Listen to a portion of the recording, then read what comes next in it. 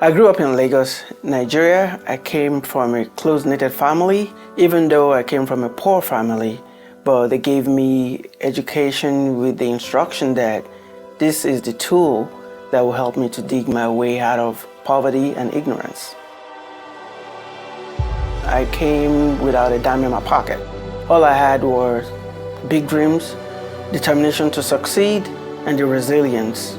So coming from another country gave me that insight to be able to understand and deal with people from different backgrounds.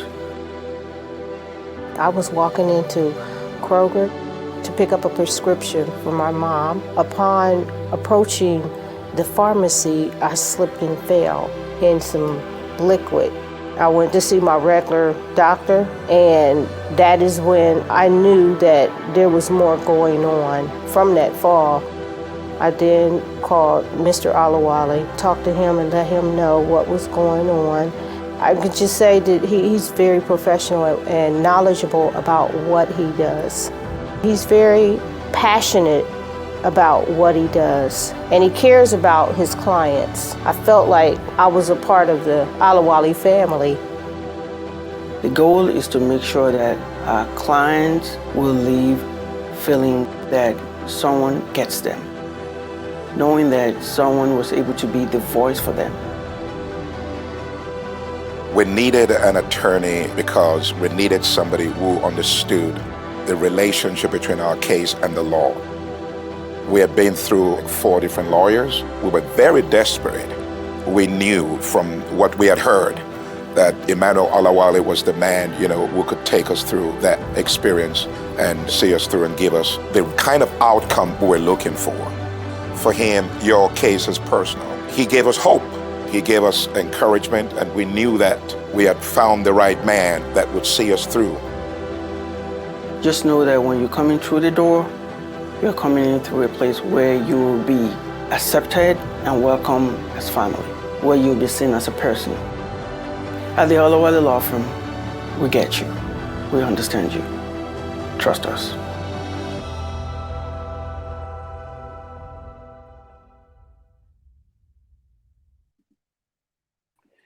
Welcome to this episode of Legal Angle with Emmanuel, the Law, Olawale.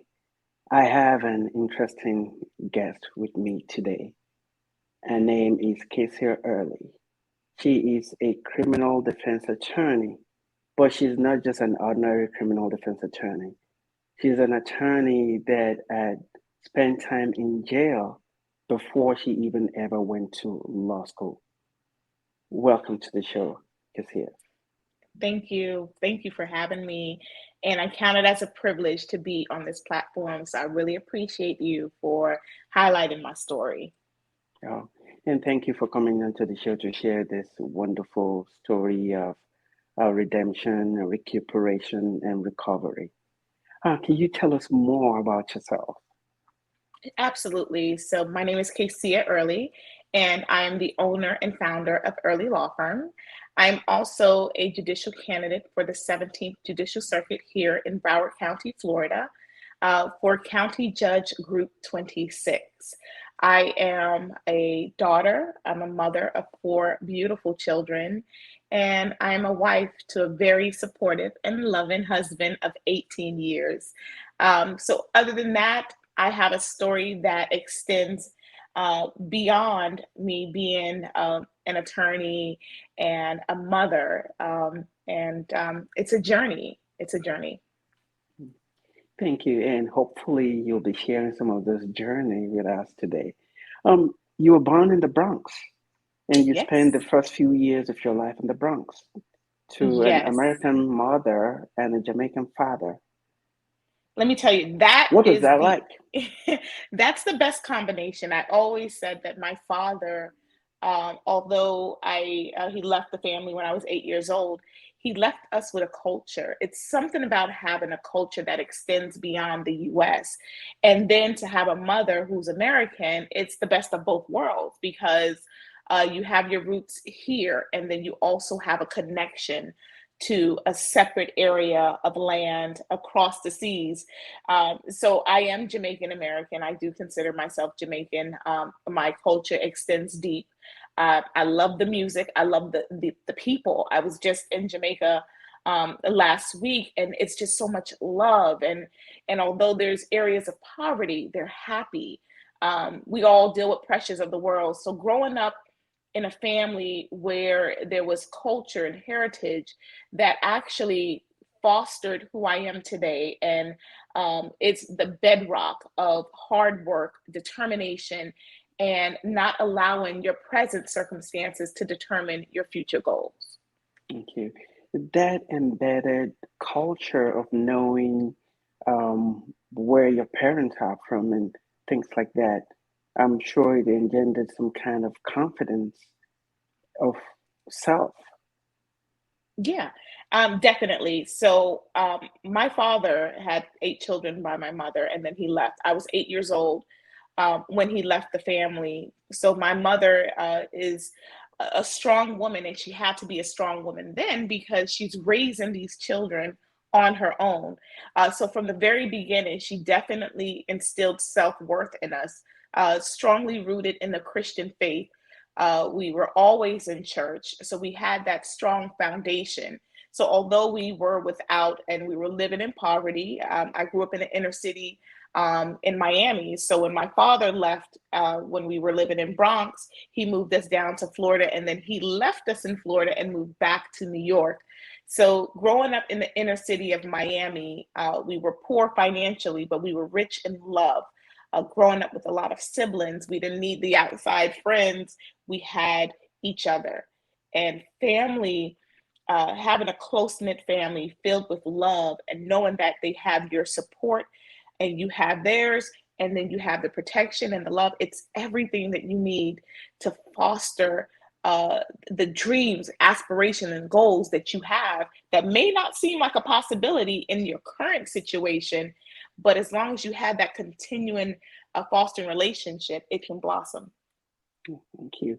Did you, growing up in the kind of environment that you grew up in, did you ever had any kind of crisis of identity? I wouldn't say an identity crisis. I was more an introvert. I didn't like to public speak at all. I didn't like to be seen, primarily because I knew at a certain point, you know, when you are poor, you don't have the shoes that everyone has. You don't have the clothes. You may not look like everyone else. So what you try to do is kind of stay in the background so you won't get picked on. So that was me. I just didn't want to have any friends. I didn't want you to see me because I didn't want to get picked on. But after a while, you realize that the only way I'm going to break this cycle is if I get an education, because you can't hope on getting money, right? So education was instilled in me at a very young age. So I knew that although I was growing up in the inner city, if I got an education, I can get a career. And with that career, ultimately, you would have money to sustain yourself. So that was my focus. It was to just be seen somewhat little bit, as little as possible, and not heard. Blend with the wall. There you go. After your father left at the age of 8, you and your mom have to uh, live in a house with seven other siblings. What was that like for you, not having your father around? Um, well, initially, I thought he was coming back. I mean, it wasn't like he left and said, okay, I'm gone forever. I'm out of here.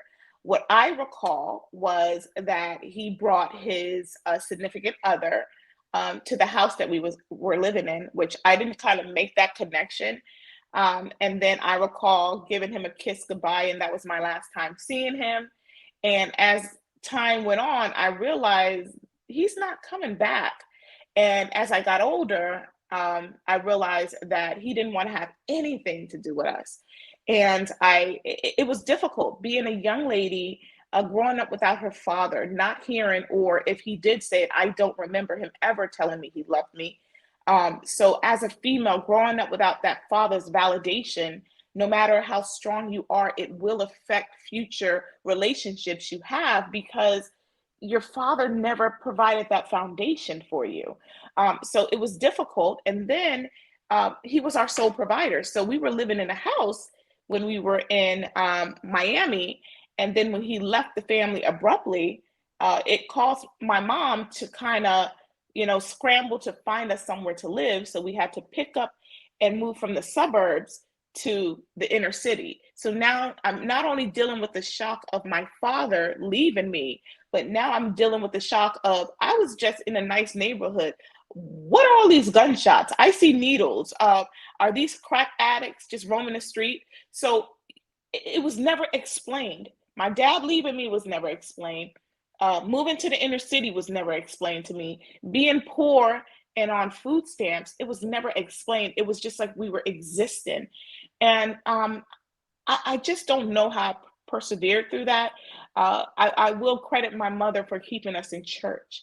And I believe that was the foundation that allowed us to persevere and become something in the midst of a bad and negative influence.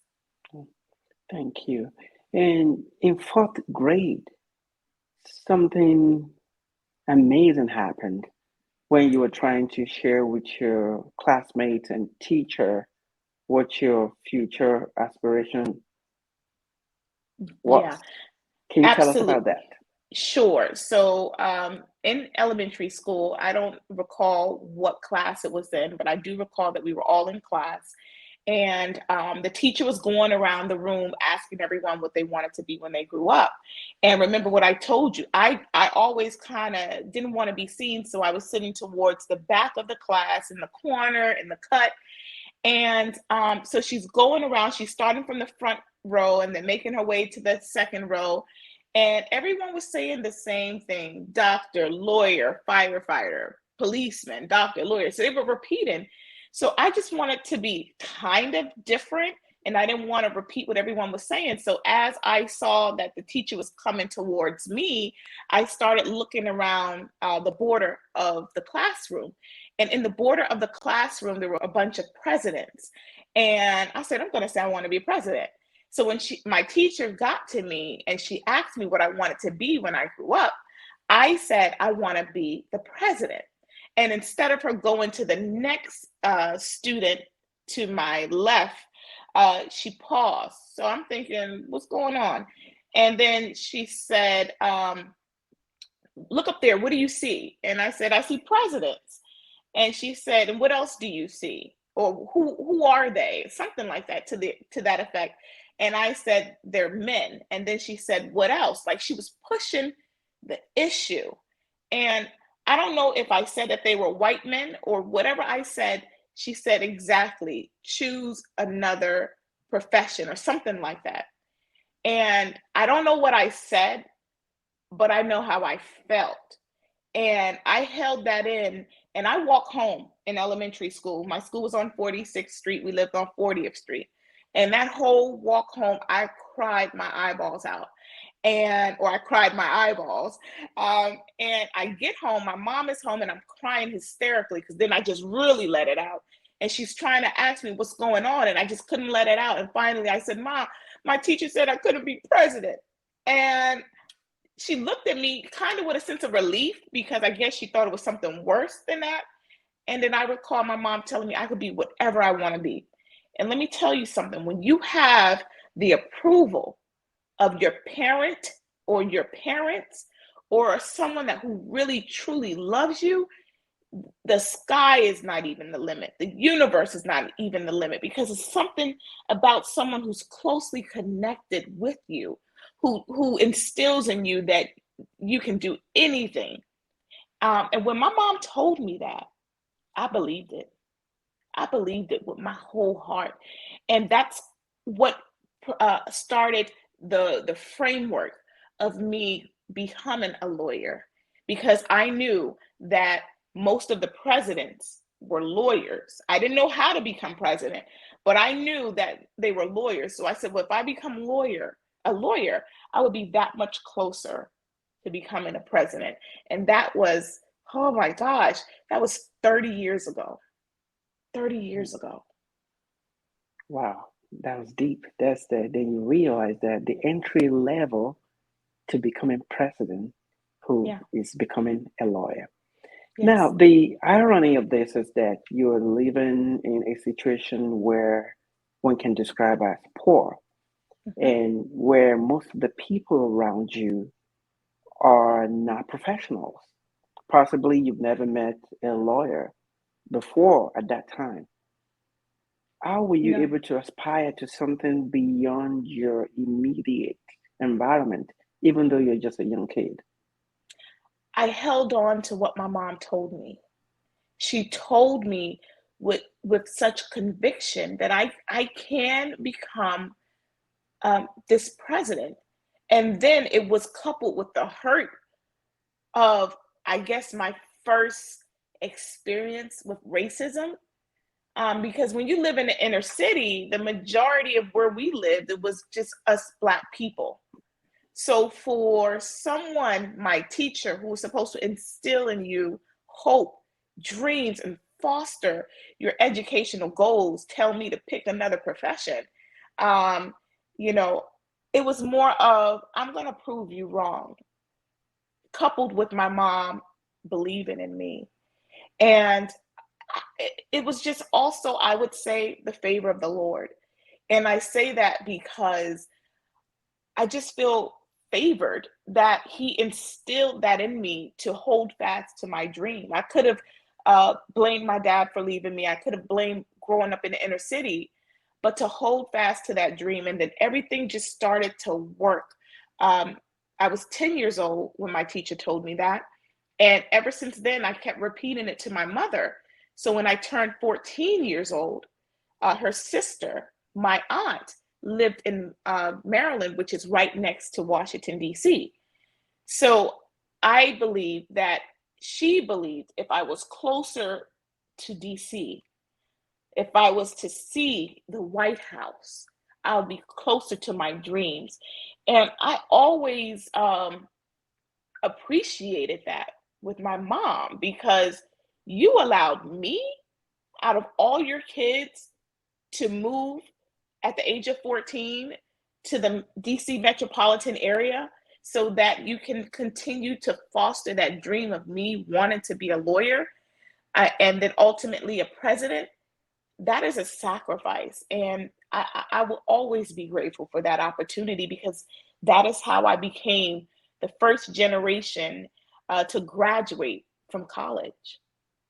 Thank you. Your mom is a super mom. She used those elements of success to put you on, which are imagery and proximity to your goal. There you go. Wow. And then validation. There you go. Wow. I'm not Yes. sure if she was reading a book or something, but whatever it is, she had that formula right on. Yes. It, you said you were the first person to graduate from college in your family. Yes. So my father and my mom, they did not graduate from high school. My dad was born in Jamaica, as we stated earlier, and then he moved to the US. My mom met him in high school, and she did not graduate from high school. I am the fourth child of my mother's eight children, and I was the first one to graduate. So it was a barrier. It was breaking that generational curse. It was not making excuses and also being an inspiration to not only my siblings, but my cousins who never graduated from college. And so it was a great experience. But at the height of breaking this generational curse, then it was like I had a valley experience also. So, uh, but I do believe that all things work together for the good to those that love God and who are called according to His purpose. So even during my valley experience, I still was able to learn from that. And talking about that Valley experience, are you talking about while you're in college when you got arrested for embezzlement and got convicted for it? You want to Yes. tell us about that? Absolutely. I was in college. It was actually my second year of college. I was working at a shoe store and I was discounting the merchandise. And, I knew it was wrong. Let's just put that out there. I knew it was wrong, but I didn't think it was a big deal. And as I'm discounting the merchandise, I did it over the course of a few weeks. And management found out, they pulled me off the register. And I go into this back room and I just basically confess that yes, I was discounting the merchandise. Yes, I did this. Yes, I was responsible, solely responsible. And I knew that I would get fired, no doubt. But what I did not know was that I would be arrested. Because sometimes when you are doing something that you know is not right, you have to add up the costs and the consequences associated with that. But sometimes you don't think about that. So I was arrested that evening, and that was the most embarrassing time of my life, other than my incarceration, because I was a beloved employee. My personality, that's just who I am. And I felt that I not only disappointed management, but disappointed my coworkers because they also looked up to me. I was one of the only ones that was in college while working at the shoe store. They were younger than me. And I just felt like a complete failure. Like I should have known better. I should have made a better decision. So as I'm being led out of the store in handcuffs, I'm just seeing my whole life flash before my eyes. I'm thinking, how did I end up like this? I'm the first one to, I'm in college. I should be graduating soon. Am I even going to graduate? What's going to happen to me? And I'm arrested, and then I bond out, and then the case progressed for the next 2 years up until 2 weeks before I'm set to graduate or walk across the stage 2 years later in my senior year of college. And so I'm thinking, okay, the judge is going to sentence me to a term of probation, no problem. I can do that and I can leave court and walk across the stage in 2 weeks. And he surprised me. He said, well, I'm going to sentence you to a period of incarceration. I'm like, huh? What? I'm a first time offender. Are you kidding me? And my lawyer is, in my opinion, is not advocating for me. He didn't bring out any mitigating circumstances. He's just standing there. And I'm saying to myself, I got it from here. So I just pled with the judge. I said, listen, Your Honor, I said, I accept full responsibility and I accept the punishment that's forthcoming. But if you can just allow me, if you can offset the punishment, allow me to walk across the stage. I've worked so hard to graduate. I promise I will turn myself in. And I pleaded with tears in my eyes. That was, ironically, my first time advocating as a lawyer, but as a defendant. And so this judge, he looked at me and he said, okay, Miss Earley, he said, I'm gonna let you turn yourself in. And I walked across the stage and then I had to turn myself in. And that was the second most humiliating experience that I had to experience because, when you go to jail, you're strip searched, you are treated like a number, you're given a number, and you are automatically guilty because you wouldn't be there if you didn't, quote unquote, do something, even if you're there for pretrial. So no one cared that I had just graduated with a bachelor's of arts in political science. No one cared that I was a first generation college graduate. At that moment, at my highest moment, in a snap of a finger, I went from being a first generation college graduate to an inmate, equal amongst the other inmates in that jail. And when I tell you that was a humbling experience, it changed my whole life that very day. Thank you. You went from wearing a graduation robe to wearing jail jumpsuits within a few hours. Yep. And those 2 years that you're waiting for your case to be adjudicated, what was that like? I didn't think anything of it. Because remember, I'm thinking probation, fine, I'm good, or a diversion program. I did not think that I would have been going to jail. That was never discussed with me. My attorney never said anything. He kept saying, oh, you're good. So I'm thinking I'm good. The worst had already happened. I was already incarcerated. I already bonded out. But not only being sentenced to jail, I was also, I had to pay restitution. Every dime that I discounted I was on 3 years probation. So just to have that probation window hanging over your head that if I ever got arrested, I would have to go to prison for 3 additional years. That, I mean, it was just a crazy time. But at the same time, I said, I'm going to learn from this because this is not going to stay me. This is not who I am. I acknowledge I made a mistake, but this is not going to define me. So it had to happen so that I can be the zealous advocate I am today for my clients. Yeah, I understand that that was like your Josephic moment where you have to go to jail to learn some lesson. It was some teachable moment. But knowing what you know now as a defense attorney, did you think that it could have been a different outcome if you were not who you are based on your race, your gender, and everything? I like to believe that the system of criminal justice is fair and impartial. I like to believe that. But as an advocate who has tried over 100 jury and non-jury trials to verdict, as an advocate that has represented over 1,000 clients, because I used to be an assistant public defender, I know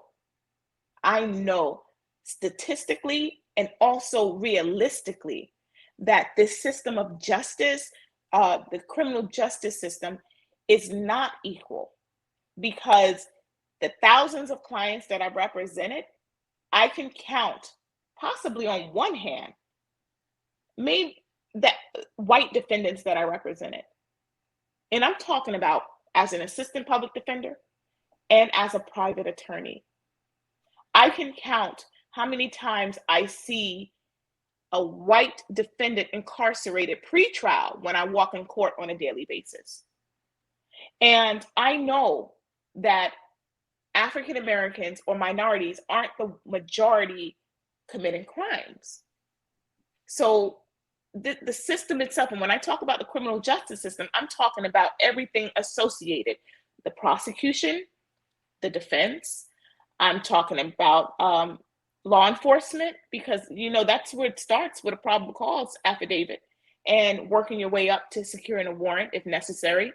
So it's a work in progress, but rather than talking about the problems, I've decided to be the solution that I've been wanting to see. So it's a work in progress. And not only were you just graduating from college, being the first to do that in your family, and being young, you were also pregnant at the time. Yes, I was pregnant out of wedlock with my boyfriend, who's my husband now of 18 years. My life was just in shambles. I started not to care after that arrest because I thought that I was tarnished. So, got a boyfriend, got pregnant, I'm shacking. I was just reckless. And I was reckless because I fed into the idea that if you're ever arrested or if you mess up in life, there's no rehabilitation from that. You're just stained, you're tarnished, and you'll never make it. You'll never be successful because I didn't have any mentors. I've never met a lawyer until I got in trouble. So I didn't have anyone to say, no, you can go to law school, or no, it's okay. You can still, become successful. I didn't know. So I just said, you know what? I'm going to figure out what I'm going to do, but it's not going to be a lawyer. So yeah, pregnant out of wedlock, incarcerated while pregnant. And when they found out that I was pregnant, they pulled me out of general population and put me in solitary confinement. And for me, that was the worst. I'm like, are you kidding me? So not only do I have to be in this place, I have to be in here by myself. I don't have anyone to talk to. I mean, it was just a horrible experience. And the first couple of weeks, I complained more than I accepted responsibility. It took me to be humbled by the Lord. It took me to rededicate my life to Christ. It took me to acknowledge that, I made a mistake. I made a bad choice, rather, not a mistake. I made a bad choice. I have to take responsibility, and then I have to make a plan of action. So it was a lot of self-reflection And then after self-reflection, it was work that needed to be done. Yeah, solitary confinement is like going into the belly of the beast, even for the most hardened criminal. No one likes to be in solitary because we're social humans. We're social animals, so we want to be around other humans. How did you, at that young age, pregnant and so young, how did you handle it? What was that first, second, or third night like for you? Um, God is so amazing because had I not been pregnant, I probably would have, you know, it would have been worse. So I had my unborn child. I was able to play with my belly. I was able to think of names or, picture in my head how he or she would look because I didn't know what I was having at the time. But it was difficult because I found myself counting the cinder blocks in my entire jail cell. I would look at the lint balls on my blanket because I'm like, your mind starts playing tricks with you because you're not interacting with humans and you're in your cell 23 hours out of the day. You get 1 hour of what they call rec, and you get out for that 1 hour. You can shower, you can walk around in general population. Well, you can see general population, but you're still away from, you're not connected with general population. So it was horrible, but it also worked in my favor because, again, this was time for me to self-reflect. What did I do wrong? How did I end up in this position? How can I prevent myself from doing this all over again? Had I been in general population, I would have been talking, playing cards, and not really taking responsibilities for the actions that allowed me to end up there. So it worked out. It was hard, but it worked out for my favor. And what will be your takeaway from that time by yourself? Um, we all, no matter how busy our lives are, we all need time to self-reflect. You need a timeout moment without the phone ringing, without the emails pinging, without social media going. You need time to self-reflect. It's a time to rejuvenate your body. It's a time to heal. But that particular time for me was a process for me to redirect my focus and pick my life up and move forward and not feel ashamed and not make excuses for what had already happened. It was already done. What more could I do but to be better? And you did just that and decided to go to law school. Yes. So law school was a 7-year gap. So I get out of jail, and 7 years later, in my mind, again, remember, I don't have mentors. So I'm thinking I can never be a lawyer. So I decided to become a paralegal. That was the closest thing to being a lawyer. And one day I saw this article of this ex-felon who applied to law school, got in, and was able to be sworn into the bar. And when I saw that article, I said, I'm going to law school. And his allegations were worse than mine. I just had felony embezzlement. He was a big time drug dealer, and this is a federal charge. So I applied to law school in February of 2011. I get accepted 2 weeks later, and we moved back down to Florida because I'm still in DC. We moved to Florida by June of that same year.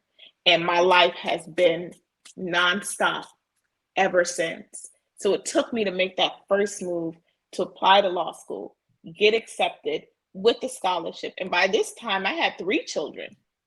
So can you imagine going to law school with 3 children and keeping my full-time job and going to law school full-time? It was hard work, but I was determined and graduating a semester early. And so it was operation back on track, back on the road to becoming that president that I said I was going to be when I was 10 years old. Kaysia 2.0 at that point. There you go. In your final year of law school, every law student has to go through this when they want to take the bar or be licensed as an attorney. The Mhm. Supreme Court of whichever state you're in at this point, just in Florida, they have to do background criminal check on you to see if you're good enough or fit to become an attorney. Mhm. Knowing your, knowing your past as a convicted felon, how did that make you feel that you have to go through that process? Well, the conviction was withheld. So technically, I wasn't a convicted felon. The adjudication was withheld. But I revealed it already on my law school application. So I knew that it's because I revealed it to them and they accepted me, knowing that I had a pass. I had to then go before a board of 5 people, and they drilled me for 3 hours about this crime because this is a crime of dishonesty, and it's frowned upon as an attorney because you're always dealing with retainer fees and settlement checks. So they were more alert with my crime, and they wanted to know, was I truly rehabilitated?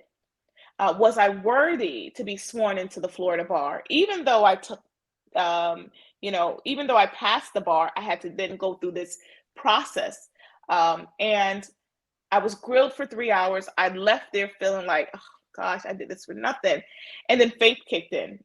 Faith said, no, they will accept you. And then a couple weeks later, I got the letter stating that I have passed the ethical portion, and that I'm cleared to be sworn in the Florida bar.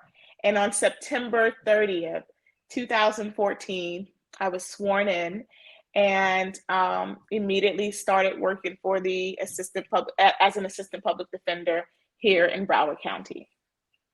Thank you. And how did it make you feel that you have to revisit that past even Uh, before you became a licensed attorney?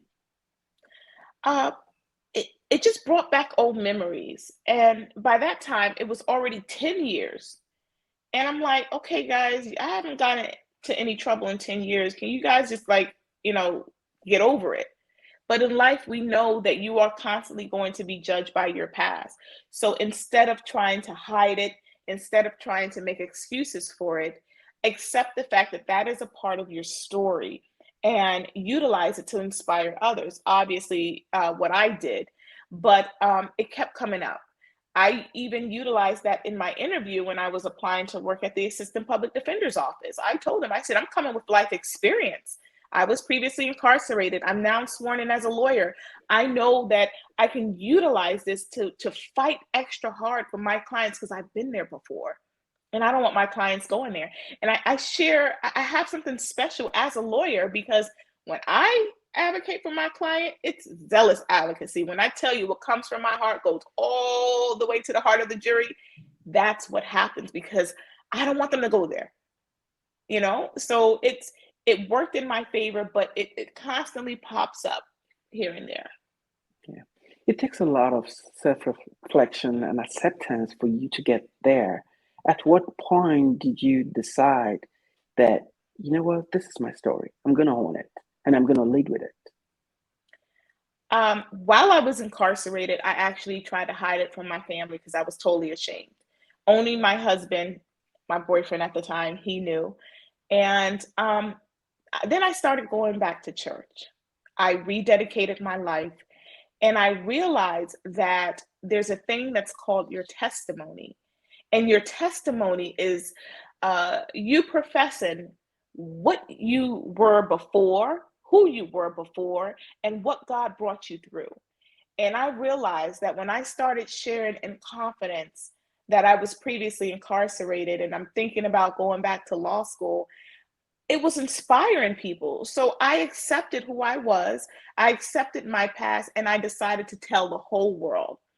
And I've been telling my story pretty much, it's 18 years now. My son, who I was pregnant with, is going to be 18 years old and going to college. So I've been telling my story ever since I got out of jail, and it's been inspiring so many people.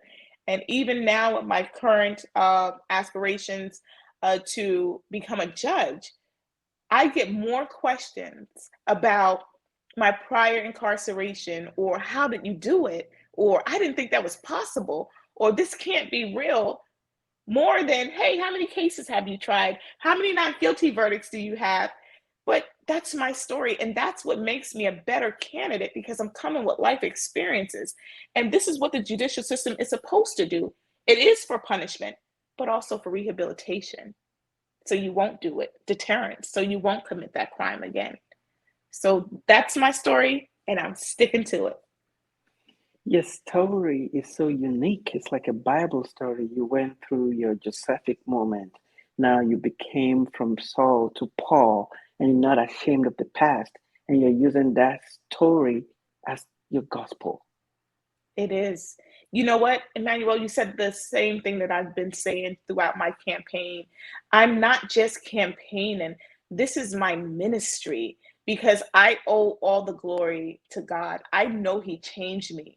There were things that I was doing prior to my incarceration that once I started to go to church consistently and read my word consistently and have a relationship, I am a new person. The Bible says, if any man be in Christ, he's a new creature. Old things are passed away, and behold, all things are new. So although the old is the incarceration, I'm not going back there unless I'm going to visit a client. I'm a new creature in Christ, and I can inspire others to make better choices, pick better friends. Or if you already messed up, if I could do it, you can do it. So this has been not only a story of redemption, but my campaign trail has turned into a story of hope, a story of inspiration, a story of getting people excited about voting again, getting people excited about registering to vote, and knowing, making them believe that, you know what, maybe my vote will count. So this is more than just me, moving up the ladder of success. It's me showing people that no more with the status quo. You are qualified. You are worthy. And although you may be a minority, we're a majority in God's kingdom. So this is just amazing, because I'm being blown away by the support that I've been receiving as well. And I do believe that I will be on this bench and will be back for part 2. Thank you. And yes, you will be back for part 2. What has it been like for you as a defense counsel? Especially for someone who has been through the rigors of being a defendant yourself.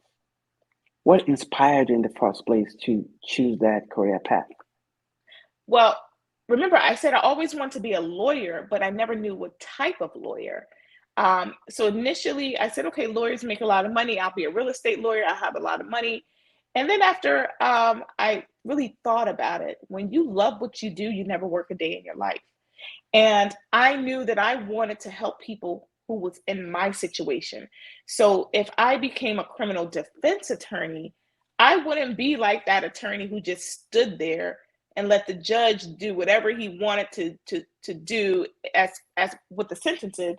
I would fight for my client, so much so that even if I lost, I've had clients turn to me and say, Miss Earley, you fought for me. That's all they want. They want to know that you're in their corner. They want to know that you believe in their case. And if by chance you lose, they're not going to blame you. They'll blame the jury. They'll blame the prosecutor. They'll blame the judge, because they know you right there. You fought for me, Miss Earley. And that's all. And because I've been through that situation, I wanted to be a better lawyer. I wanted to be the best lawyer. And in 8 years, I can truly say that I have I've saved so many lives through Christ, because I don't want to take his glory, but the amount of dismissals, and I'm talking about clients who were facing life, and they have their lives back. And these are the same clients, Emmanuel, that's, passing out my campaign cards. Hey, I was facing life and now I'm free this early. My lawyer is running for judge now. That's the best form of advertisement. So this journey has been beautiful. And sometimes I even think about it, and I'm just so grateful to God, because I feel that I'm not worthy because of my past. And then I'm reminded that you belong here and you're overly qualified.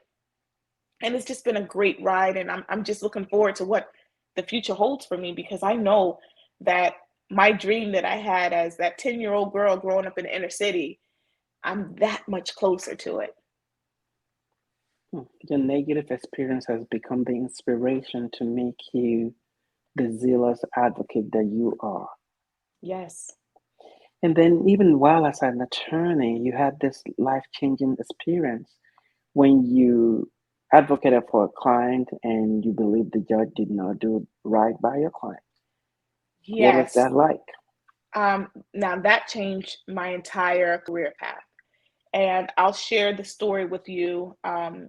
So 2 years ago, I knew that I was thinking about running for judge, and all the signs were there. And then I was winning all of my cases. I didn't lose a felony case. So I was just, having a good time being a lawyer. And every time the opportunity presented itself to run for judge, I kept shooting it down. I was like, no, I'm having too much fun being a lawyer. I don't want to be a judge.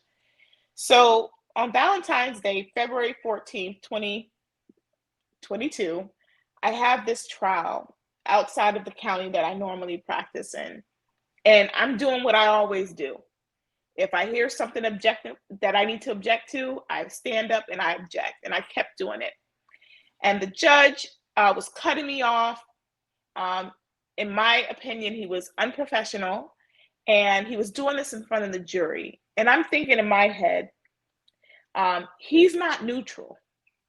Now, if he's not neutral and the jury is scared of the judge, they're going to listen to whatever the judge says, and they're going to hate me. They hate me. They hate my client. They're not listening to the evidence. It even got to the point where he threw the jury out because I kept objecting too much. And he reprimanded me. He got to the point where he had to remind me that he's the judge and I'm the lawyer. And I'm saying to myself, this is so unprofessional. We're zealous advocates. I know the rules of evidence. We learned this in law school.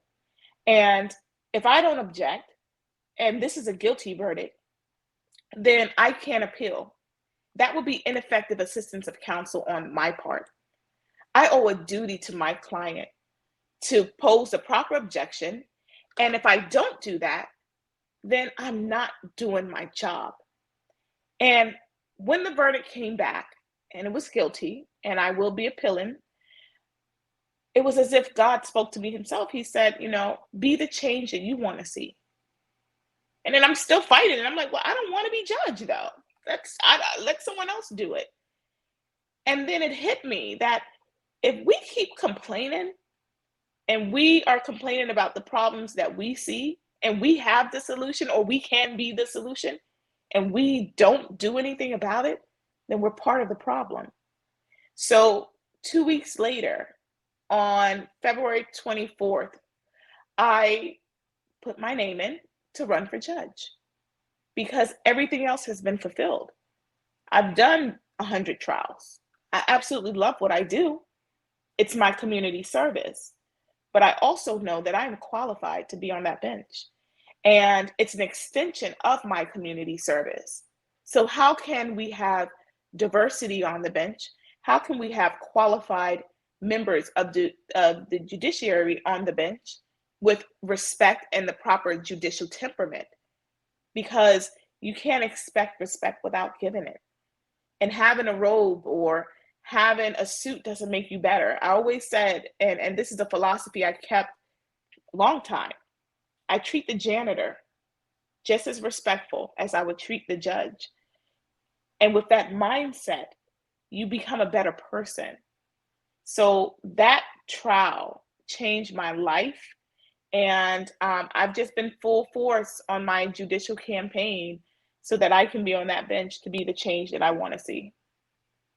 Thank you. And what kind of judge do you see yourself as? I love criminal. That's my heart. Although we don't have control over what division we're placed in, I mean, the chief judge can put me in family, He can put me in domestic violence. The good thing about all of that, I've tried every type of law. When I started my practice, I've done family, I've done domestic violence, I've done civil. So no matter where you put me, I'm going to flourish. So, but I would prefer criminal because that's my heart. But I know that just being a judge of wherever I'm placed, I will make a difference because again, my life experiences is coming together for a different purpose. Thank you. You are surely a success story. I'm sure your mom is very happy that she raised a star. How Well, about your father? um, unfortunately, I do not have a relationship with my dad. The first time I saw him, I was 16 years old. My older sister did a Google search. That's when Google just came out. And she found him in New York. And I remember I was in DC and I took the bus up there, the Greyhound bus, and I saw him for the first time. And it wasn't really, uh, he wasn't remorseful. I remember asking him, why did you leave mom? Not me, why did you leave mom? And, he just kind of gave a nonchalant answer. And so we didn't communicate after that. And then again, after I got married and I had my children, I said, okay, if he doesn't want to have a relationship with me, maybe he'll want to have a relationship with his grandchildren because I've already forgiven him. That's still my father. And so I went to New York when I was 22 years old. I think I had my second child. And I introduced him to his two grandchildren. And after that, I've never heard from him again. He does not want to have a relationship. And I don't know why, but I'll continue to keep him in prayer because sometimes hurting people hurt people. And you have to deal with your issues and you have to love yourself before you love someone else. So I've accepted the fact that he does not want to have a relationship and I'll keep him in prayer. But as for me and my house, we will not only serve the Lord, but we will love because sometimes love is not reciprocated. So it would be nice to have a relationship with him, but in due time, we'll see. Thank you. How has your unique journey affect the way you raise your children? Well, first and foremost, faith is very important to me. As I told you, once I got out of my jail sentence, I got baptized, I got married, and I started living a life that was pleasing, and it's still pleasing and acceptable to Christ. And I've instilled those moral and spiritual principles into my children. But also, the same thing my mother did to me. She fostered and she validated me. I do it with my children, no matter what they want to be. I mean, I would love for them to carry on the legacy of Earley Law Firm, but it's whatever they want to be. I'm here to support you in your aspirations, whether it's in business or finance or whatever area you wish to aspire. I'm there for you. And I've always shared my story of incarceration with them. So they knew from early on that mommy messed up and I have to make better decisions and choices because yes, I made it out of the incarceration recidivism, but there's a lot of people that get arrested and then they just can't get back on track. So just because I make it look easy, it took a lot of hard work. And I just love my children so much. And my husband, he's so supportive. And it just makes for a better person, especially now. They're on the campaign trail with me now. They might as well get used to it because it's going to be a lot more campaigning. How can people connect with you? Well, you can reach me via Facebook, Kaysia, Kaysia, Earley, Earley, 4, FOR, Judge. Or you can just Google my first and last name. My Instagram is the same handle, at Kaysia Earley for Judge. Or you can Google Kaysia Earley and read all about my prior incarceration, my community service, my not guilty verdicts. Don't forget that. I love doing that. And everything that I've been doing, there's multiple ways to reach me and follow me. Thank you. What does coming onto legal angle mean to you? Let me tell you something. First and foremost, can I brag about you a little bit? For our viewers who don't know, I met Emmanuel at a legal conference, and it started off with just a simple hi, and we just automatically clicked. And then once I realized, I started following your page actually, and the clip that you show in the beginning of your humble beginnings. Let me tell you something. Uh, no one can make any excuses, and I'm so proud of you. I'm humbled to even be on your show because out of everyone you met, we kept in contact and it was just genuine. So just to be here, to share your platform with your viewers, I'm greatly appreciated. I greatly appreciate that, and I just look forward to continuing to see your success stories and your settlements and your happy clients, and just growing and prospering, knowing where you came from as well. Thank you. I also appreciate you coming on the show, and your story is so unique. I can't wait to share that next moment with you in that judicial robe. Yes, and I will be sure to wear it in part two. Thank you. And for those of you watching us or listening to this as a podcast, we thank you for joining us. And until next time, stay blessed and stay safe. Bye for now. Amen.